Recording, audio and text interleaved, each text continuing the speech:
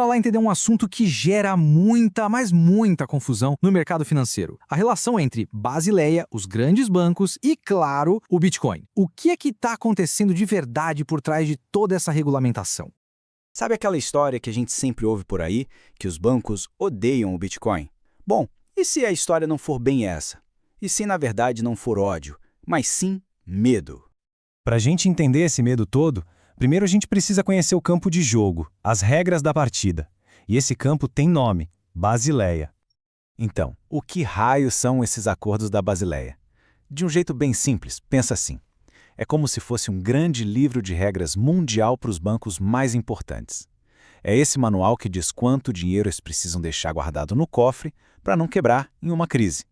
E qual é a pegada desses acordos? Basicamente, 3 coisas: definir um capital mínimo, ajudar os bancos a gerenciar os próprios riscos e, o mais importante, garantir a estabilidade do sistema financeiro inteiro. Mas aqui tem um ponto crucial. O foco é proteger o banco, o sistema. Não é sobre proteger o investidor pessoa física. Guarda bem essa informação. E é agora que a história começa a ficar, digamos, bem mais interessante. Vamos falar sobre o que a gente poderia chamar de a punição de 12.500%. Pois é. Debaixo dessas regras todas, o Bitcoin não é tratado como um ativo qualquer. Ele foi jogado numa caixinha específica, a de criptoativo do Grupo 2. E o que significa essa caixinha do Grupo 2? Olha, significa que ele está no pior lugar possível regulatoriamente falando. É tipo a caixa de castigo dos ativos financeiros, sabe? E essa classificação toda vem com um número que muda completamente o jogo. Um peso de risco de 1.250%. Mas o que esse número gigante quer dizer na vida real? É mais simples e, sinceramente, mais brutal do que parece. Imagina que um banco compra $1 de Bitcoin.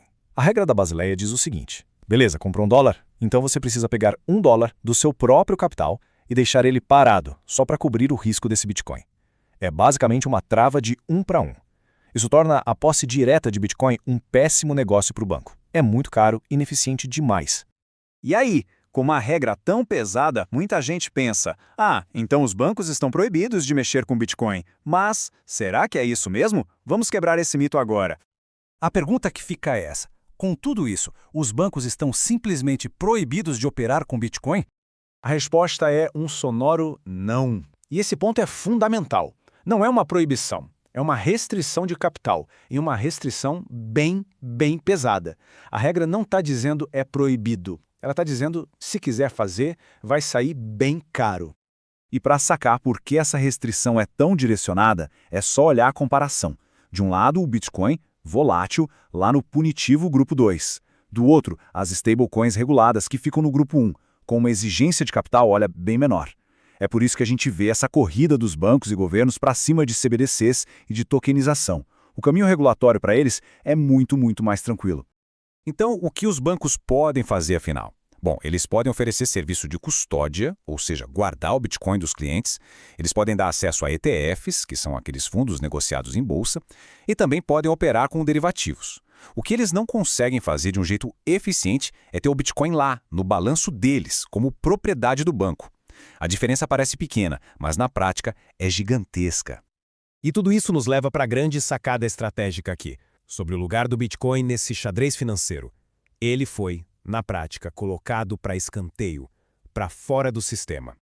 O efeito disso no mercado é duplo. No curto prazo, claro, isso diminui o investimento direto dos grandes bancos e alimenta aquela narrativa negativa que a gente sempre vê. Mas, e aqui está o pulo do gato, a longo prazo, essa mesma regra acaba reforçando a principal tese de valor do Bitcoin, a de ser um ativo soberano que vive justamente fora do sistema bancário tradicional.